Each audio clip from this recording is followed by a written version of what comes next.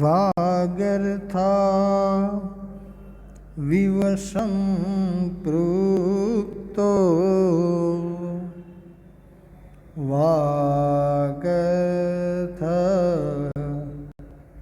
પ્રતિપત્તયે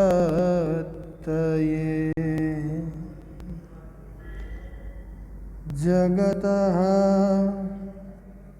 પિતરો વંદે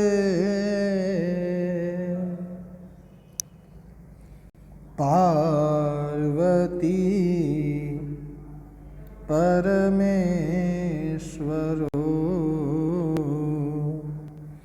જગતઃ પિતરો વંદે Parvati પરમેશ્વરો. Hello વિદ્યાર્થી મિત્રો, જય શ્રી કૃષ્ણ બધાને. વિષય સંસ્કૃત ધોરણ 9 કે જેમાં ગદ્ય 20 સંસ્કૃત ભાષા યા વૈશિષ્ટ્યમ, જેની આપણે પ્રાસ્તાવિક ચર્ચા અને પહેલી અને બીજી વિશેષતાની સમજ આપણે મેળવી લીધી. બહુ સરળ શબ્દોમાં પાઠ સમજાવવામાં આવ્યો છે, બરાબર. એવા કોઈ અઘરા શબ્દો નથી. બહુ સામાન્ય અને સરળ શબ્દોમાં આપણને અહીંયા આ પાઠ બતાવવામાં આવેલો છે. એટલે આમ જોઈએ તો સંસ્કૃત ભાષા છે ને એ પણ ખૂબ જ સરળ છે, બરાબર. અને સૌથી સહેલી પણ છે. તમે એક રીતે જોવા જાઓ તો ખૂબ જ સહેલી પણ છે, બરાબર. પણ એના પ્રત્યે આપણું જે લાગણી હોવી જોઈએ, જે શીખવા માટેની ધગશ હોવી જોઈએ, જે સમય પ્રમાણે આપણને હોતી નથી, બરાબર. પણ ખરેખર આ ભાષામાં અનેક પ્રકારની બાબતોનું વર્ણન, અનેક પ્રકારની શક્તિઓ દર્શાવવામાં આવેલી છે, બરાબર. જેના વિશે આપણે આગળ ચર્ચા કરીએ. પ્રાસ્તાવિક ચર્ચા આપણે કરેલી હતી કે આ ભાષામાં અનેક પ્રકારની વિશેષતાઓ છે.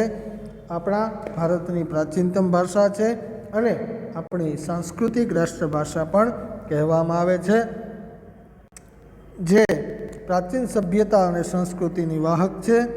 આ ઉપરાંત સંસ્કૃત ભાષા અનેક ભાષાઓની જનની માનવામાં આવેલી છે, જેની ખ્યાતિ પ્રસિદ્ધિ સર્વત્ર બતાવવામાં આવેલી છે. પ્રાચીન જમાનાની બોલચાલની ભાષા હતી, પરંતુ સમય પ્રમાણે એની સાથે આત્મીયતા લોકો સાથે રહી નથી, બરાબર. એટલા માટે એ બોલચાલની ભાષા નથી. એક ભાષા તરીકે સંસ્કૃતની જે ખૂબીઓ છે, આપણે સંસ્કૃતનું જ્ઞાન મેળવીએ છીએ તો એની ખૂબીઓ પણ મેળવવી આપણા માટે જરૂરી છે, બરાબર. કે એની શું વિશેષતા છે, કેટલી વસ્તુઓ, કેટલીક ચમત્કાર આ ભાષામાં રહેલો છે, જે આપણે આગળના જ કાવ્યમાં જોયું, 19મા કાવ્યમાં, બરાબર. કે અનેક પ્રકારે શ્લોકને ચમત્કારિક રીતે આપણી સમક્ષ દર્શાવવામાં આવેલા છે. તો એ સંસ્કૃત ભાષાની કળા છે, બરાબર. તો એમાં પણ આપણે જોયું કે એક એક શ્લોકમાં, ઘણા શ્લોકમાં 2 અર્થ છે, ઘણા શ્લોકને શબ્દને છૂટો પાડી દઈએ, ભેગો કરી નાખીએ તો કંઈક અર્થ અલગ થાય છે. સમાસના અર્થ તરીકે જોવા જઈએ તો પણ શબ્દના અનેક અર્થ થાય છે, બરાબર. તો આવી અનેક રીતે આપણને એની ચમત્કારિતા આગળના પાઠમાં આપણે મિત્રો જોઈ જ છે, બરાબર. આપણે પહેલી વિશેષતાની વાત કરી કે સંસારમાં સૌ પ્રથમ સંસ્કૃત ભાષા કે જે બધી ભાષાઓની જનની છે અને આ ભાષાની અનેક વિશેષતાઓ છે, જેની કેટલીક વિશેષતાઓ અહીં પાઠ સ્વરૂપે દર્શાવવામાં આવેલી છે. સંસારના સર્વ પુસ્તકાલયોમાં સૌથી જૂનો ગ્રંથ હોય તો એ ઋગ્વેદ માનવામાં આવ્યો છે કે જે સંસ્કૃત ભાષામાં રચાયેલો છે. આમ સંસારનું પ્રથમ પુસ્તક બરાબર સંસ્કૃત ભાષામાં રચાયેલું છે, અન્ય કોઈ બીજી ભાષામાં નહીં. બીજી વિશેષતા મિત્રો આપણે જોઈ હતી કે વર્ણમાલા. તો વર્ણમાલાનો જે નક્કી કરાયેલો જે ક્રમ છે એ વૈજ્ઞાનિક અને તાર્કિક રીતે નક્કી કરાયેલો છે. આપણા બધા જ મનુષ્યોને જે ભગવાન પાસેથી કુદરત પાસેથી જે ઉચ્ચારણ તંત્ર એટલે કે સ્વર પેટિકા પ્રાપ્ત થયેલી છે તેને અનુસાર અહીં વર્ણમાળામાં વર્ણોનો ક્રમ નક્કી કરવામાં આવેલો છે. એ ઉચ્ચારણ તંત્ર પ્રમાણે અકારનું પ્રથમ ઉચ્ચારણ થાય છે. આથી વર્ણમાલામાં અ પહેલો દર્શાવવામાં આવેલો છે. એ જ પ્રકારે વ્યંજન વર્ણોની વાત કરીએ તો કકારનો ક્રમ પહેલો છે એટલે કે ક પહેલાં દર્શાવવામાં આવે છે અને ચકારનો ક્રમ પછી છે. તેનું પણ આ વૈજ્ઞાનિક અને તર્ક સંગત કારણ છે. બીજી ભાષાઓમાં જે વર્ણમાલાઓ છે તેમાં આવો તાર્કિક અને વૈજ્ઞાનિક ક્રમ આપણને જોવા મળતો નથી. બરાબર. ચાલો ત્રીજી વિશેષતામાં મિત્રો આપણે વાત કરીએ કે આચાર્યેણ પાણિનીના તૃતીય એકવચનના રૂપ છે. આચાર્ય પાણિની કે જેણે સંસ્કૃત ભાષાનું વ્યાકરણની રચના કરેલી છે કે જેનું વ્યાકરણ આપણે ભણીએ છીએ. બરાબર. શંકર ભગવાનની અતિશય તપશ્ચર્યા કરી. શંકર ભગવાન પાણીની મુનિ ઉપર પ્રસન્ન થાય છે. શંકર ભગવાન તાંડવ નૃત્ય કરવા લાગ્યા અને ડમરું વગાડે છે. ડમરૂનો અવાજ કેવો છે તો કે ડમ ડમ ડમ ડમ. બરાબર. પણ પાણીની મુનિની તમે બુદ્ધિ શક્તિ જોવો કે ડમરૂનો જે નાદ હતો ડમ ડમ એમાંથી એને 14 સૂત્ર પ્રાપ્ત થાય છે પાણીની મુનિને. શંકર ભગવાન છે તાંડવ નૃત્ય કરે છે અને ડમરું વગાડતા હોય છે. એ ડમરૂના નાદમાં એને પાણીની મુનિને એટલી બધી એની તપસ્યા ફળી કે એ 14 સૂત્ર એ ડમરૂના નાદમાંથી એને પ્રાપ્ત થાય છે. બરાબર. કે જે 14 સૂત્રો 2-2, 4-4 અક્ષરના છે. બરાબર. તમારી સમક્ષ રજૂ કરું છું કે ઐ ઉણ રુલરુક એવમ એવોચ હૈવરક લણ યમગણનમ ઝભ્ભૈ ઘડદસ જબગડદસ ખફચટ થચટ તવ કપ્પૈ સસસર અને હલ. આ 14 સૂત્રો જે ભગવાન શંકર પાસેથી તાંડવ નૃત્ય સમયે ડમરૂમાંથી પાણીની મુનિને પ્રાપ્ત થયા અને એ 14 સૂત્રમાંથી પાણીની મુનિએ 3996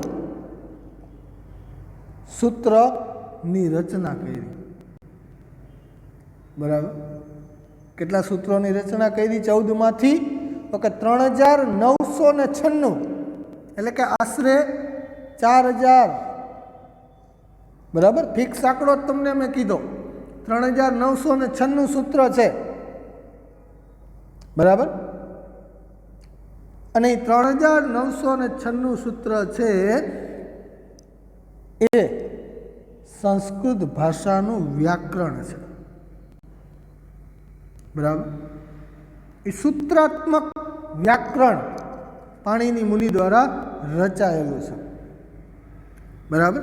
તો એની વાત આપણને આ ત્રીજી વિશેષતામાં બતાવવામાં આવી કે આચાર્યેણ પાણીનીના આચાર્ય પાણીનીએ વિરચિતમ રચેલો અષ્ટાધ્યાયી જે 3996 સૂત્ર છે એને 8 અધ્યાયમાં વિભાજિત કરવામાં આવ્યા. એટલે ગ્રંથનું નામ આપવામાં આવ્યું અષ્ટાધ્યાયી નામના. પ્રસિદ્ધમ સંસ્કૃત વ્યાકરણમ.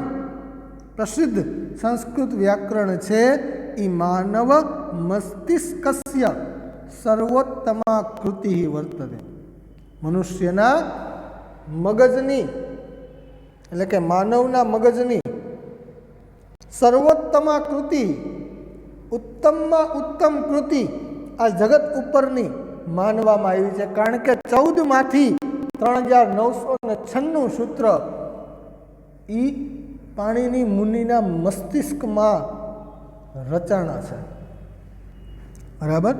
એટલે કે છે કે માનવ મસ્તિષ્કસ્ય સર્વોત્તમા કૃતિ, અત્યાર સુધીના મનુષ્યના મગજની ઉત્તમમાં ઉત્તમ કૃતિ જો કોઈ હોય તો એ આ આચાર્ય પાણીની દ્વારા રચાયેલી અષ્ટાધ્યાયી, બરાબર, કે જે સંસ્કૃત ભાષાનો મુખ્ય વ્યાકરણ ગ્રંથ માનવામાં આવે છે. અને એતાદૃશમ વ્યાકરણમ અન્યત્ર ન ઉપલભ્યતે. આવો વ્યાકરણનો ગ્રંથ છે એ બીજી કોઈ અન્ય ભાષામાં પ્રાપ્ત થતો નથી. બરાબર?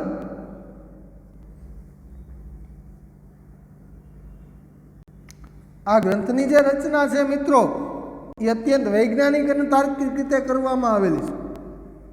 જે વ્યાકરણ વિશ્વમાં બીજે ક્યાંય અન્ય કોઈ ભાષામાં પ્રાપ્ત થતું નથી. બરાબર?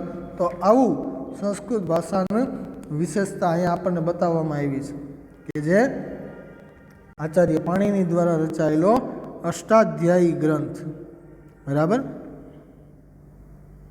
આ જે 3996 જે સૂત્રો છે એને 8 અધ્યાયમાં વિભાજિત કરવામાં આવ્યા. બરાબર? કે જેમાં સૂત્રાત્મક વ્યાકરણ રચાયેલું છે. બરાબર? બધા સૂત્રો પણ એવા સરસ મજાના છે. જેમ કે આપણે મી વમાં સ્થિત તિત અંતિ જે કાળના પ્રત્યય છે, વર્તમાન ભૂત ભવિષ્ય આજ્ઞાત વિધેય, તો એનું એક આખું સૂત્ર છે. બરાબર? તિપ્તસ જી શિપ્તસ્થ મિદ્વશ્મસ તાતામ જ અસથામ ધ્વમ ઈડ વૈમહી, જેમાં બધા જ કાળના પ્રત્યય આવી ગયા. જો તિપ્તસ જી શિપ્તસ્થ મિદ્વશ્મસ તાતામ જ અસથામ ધ્વમ ઈડ વૈમહી, બરાબર, આપણે પાકા કરવા હોય તો કેટલી બધી વાર લાગે. સૂત્ર પાકું કરી લે. બરાબર? પણ આપણે જે અભ્યાસક્રમમાં ભણીએ છીએ અને સંસ્કૃત ભાષાનું વ્યાકરણ જે વિદ્યાર્થીઓ ભણતા હોય આશ્રમમાં રહીને, બરાબર, હું પોતે પણ આશ્રમમાં ભણેલો છું. અમારે આ અષ્ટાધ્યાયી ભણવામાં આવતી. બરાબર? અમારો મુખ્ય વિષય જ વ્યાકરણ કહેવાય. બરાબર? 10 વર્ષ સંસ્કૃત ભાષાનો અભ્યાસ કરેલો છે. તો અમારો મૂળ વિષય છે એ વ્યાકરણ જ કહેવામાં આવ્યો છે. બરાબર? તો આ અષ્ટાધ્યાયી જે છે જે તે સમયે અમને સૂત્રો પાકા કરવામાં આવતા અને આખી અષ્ટાધ્યાયી પાકી હતી. બરાબર? જે તે સમયે. પછી એવો જ આપણે વિભક્તિનો કોષ્ટક છે, રામ રામો રામ રામમ રામો રામમ, એનું પણ એક સૂત્ર છે. સૌજસ્મોટ ષષ્ટાભ્યામ ભ્યામ વ્યસગસિભ્યામ વ્યસગસોપ્સ્યામ જ્ઞો શુપ. બરાબર? તો આવું વિભક્તિનું પણ સૂત્ર છે. બરાબર? પણ એ પ્રમાણે જો આપણે ભણવા બેસીએ તો આપણા મગજમાં જે છપાયેલું હોય ને એ ભૂલાઈ જાય. બરાબર? આપણે હાલમાં જે વ્યાકરણ ભણીએ છીએ એ સાવ સરળમાં સરળ વ્યાકરણ છે મિત્રો, જેમાં પણ ઘણા બધા વિદ્યાર્થીઓને કાંઈ ટપ્પો ન પડતો હોય. બરાબર? બાકી વ્યાકરણ બહુ અઘરું છે. બરાબર? પણ સરળ પણ એટલું છે કે તમને જો આ ભાષાનું વ્યાકરણ આવડી જાય તો બીજી બધી ભાષાનું વ્યાકરણ તમે રમતા રમતા શીખી જાઓ. બરાબર? તો આ ત્રીજી વિશેષતામાં આચાર્ય પાણીની દ્વારા રચાયેલો જે અષ્ટાધ્યાયી નામનો ગ્રંથ છે કે જે મનુષ્યના મગજની ઉત્તમમાં ઉત્તમ કૃતિ માનવામાં આવ્યો છે અને આવો વ્યાકરણનો ગ્રંથ અન્ય કોઈ ભાષામાં પ્રાપ્ત થતો નથી. એના વિશે આપણે માહિતી મેળવી. ચતુર્થ વૈશિષ્ટ્યમ, ચોથી વિશેષતામાં મિત્રો આપણે વાત કરીએ તો જે છે મહાભારત. બરાબર, મહર્ષિ વેદવ્યાસ રચિત. બરાબર, મહાભારત. મહા એટલે મોટું અને ભારત તો કે આપણા દેશનું નામ હતું. ભરત રાજાના નામ ઉપરથી આપણા દેશનું નામ પડ્યું ભારત. બરાબર, તો સંસ્કૃત ભાષાયામ સપ્તમી એકવચન છે, એટલે કે સંસ્કૃત ભાષામાં મહાભારત નામના પ્રસિદ્ધ એક ગ્રંથ વર્તતે. મહાભારત નામનો એક અતિશય પ્રસિદ્ધ ગ્રંથ છે. સ લક્ષ શ્લોક પરિમિત. લક્ષ શ્લોક 1,00,000. બરાબર, કેટલા શ્લોકો એમાં છે તો કે 1,00,000 શ્લોકો. સાંભળજો ખાસ, મહાભારત નામનો એક ગ્રંથ છે જેના વિશે આપણને ખ્યાલ જ હોય, નામ સાંભળ્યું જ હોય, પણ એમાં કેટલા શ્લોકો છે? લક્ષ. લક્ષ એટલે કે લાખ. તો 1,00,000 શ્લોકો પરિમિત, પરિમાણવાળો બરાબર આ ગ્રંથ છે. અને એતાદૃશ વિશાલકાય ગ્રંથ. એતાદૃશ એટલે કે આવો વિશાલકાય ગ્રંથ, વિશાળ મોટામાં મોટો ગ્રંથ છે. એ નિખિલે અપી સંસારે નાસ્તિ. સમગ્ર આ સંસારમાં, આખા સંસારમાં નાસ્તિ એટલે કે નથી. જે કઈ ભાષામાં છે? સંસ્કૃત ભાષામાં છે. અને એટલા માટે ઇદમપી સંસ્કૃતસ્ય અપરમ વૈશિષ્ટ્યમ. આ પણ સંસ્કૃત ભાષાની એક બીજી વિશેષતા બતાવવામાં આવી છે. અપરમ, અપરમ એટલે કે અન્ય, શ્રેષ્ઠ. બરાબર, આ પણ સંસ્કૃત ભાષાની એક શ્રેષ્ઠ વિશેષતા છે કે જેમાં 1,00,000 શ્લોકો છે અને જે સંસ્કૃત ભાષામાં રચાયેલો છે અને સમગ્ર સંસારમાં અવડો મોટો બીજી કોઈ ભાષામાં ગ્રંથ નથી. બરાબર, શ્રીમદ ભગવદ્ ગીતા આપણે દુનિયાનો સૌથી શ્રેષ્ઠ ગ્રંથ માનવામાં આવ્યો છે કે જે મહાભારતમાંથી પ્રાપ્ત થાય છે. બરાબર, મહાભારતમાં કુલ 18 પર્વ છે અને એમાંનું 6થું પર્વ છે ભીષ્મ પર્વ. એ ભીષ્મ પર્વના 25મા અધ્યાયથી 42મો અધ્યાય છે જે શ્રીમદ ભગવદ્ ગીતા છે.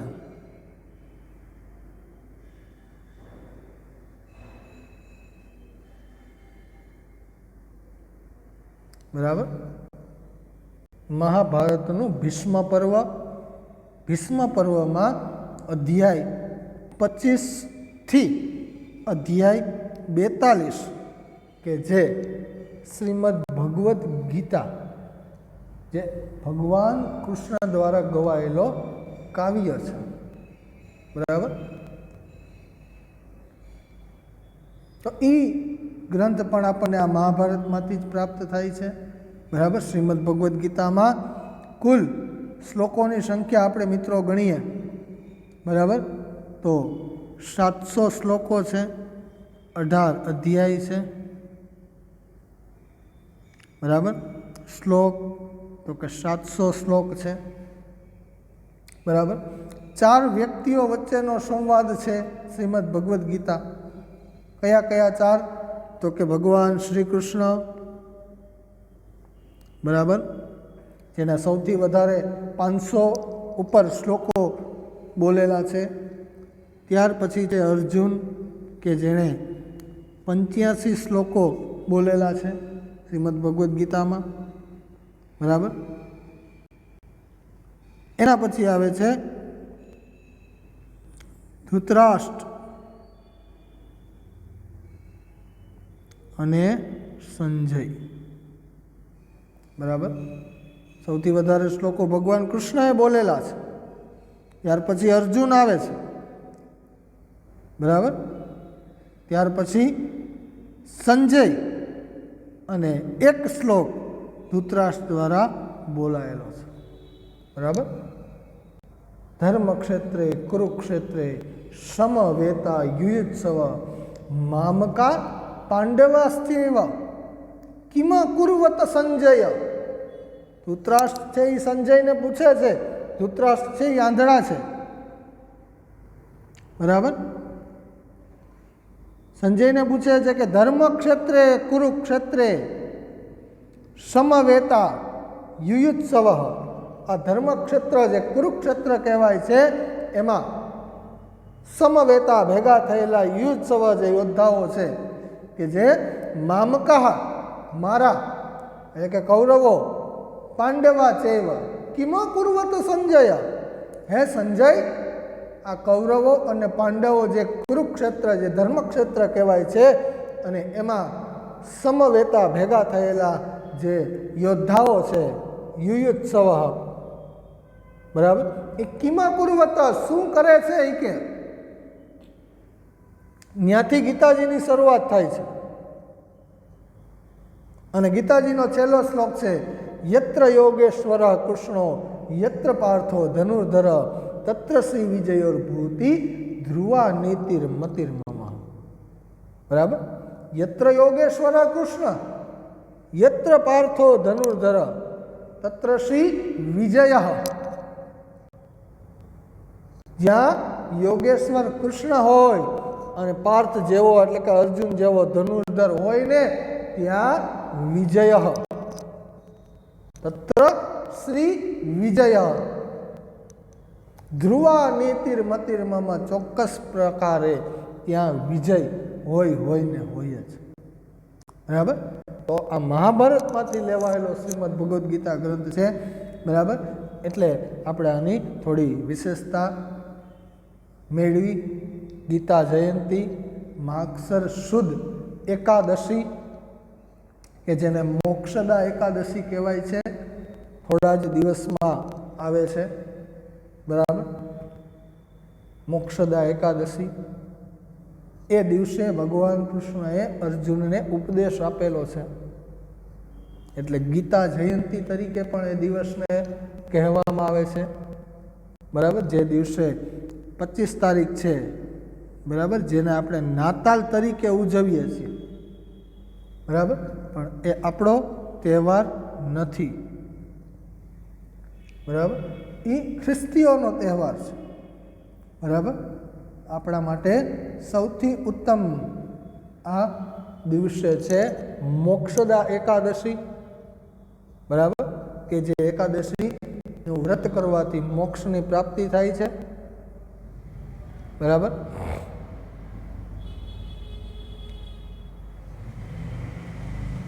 ગીતા જયંતિ તે દિવસે ગીતાજીનો જન્મ થયેલો છે. ભગવાન કૃષ્ણના મુખે ગવાયેલી છે.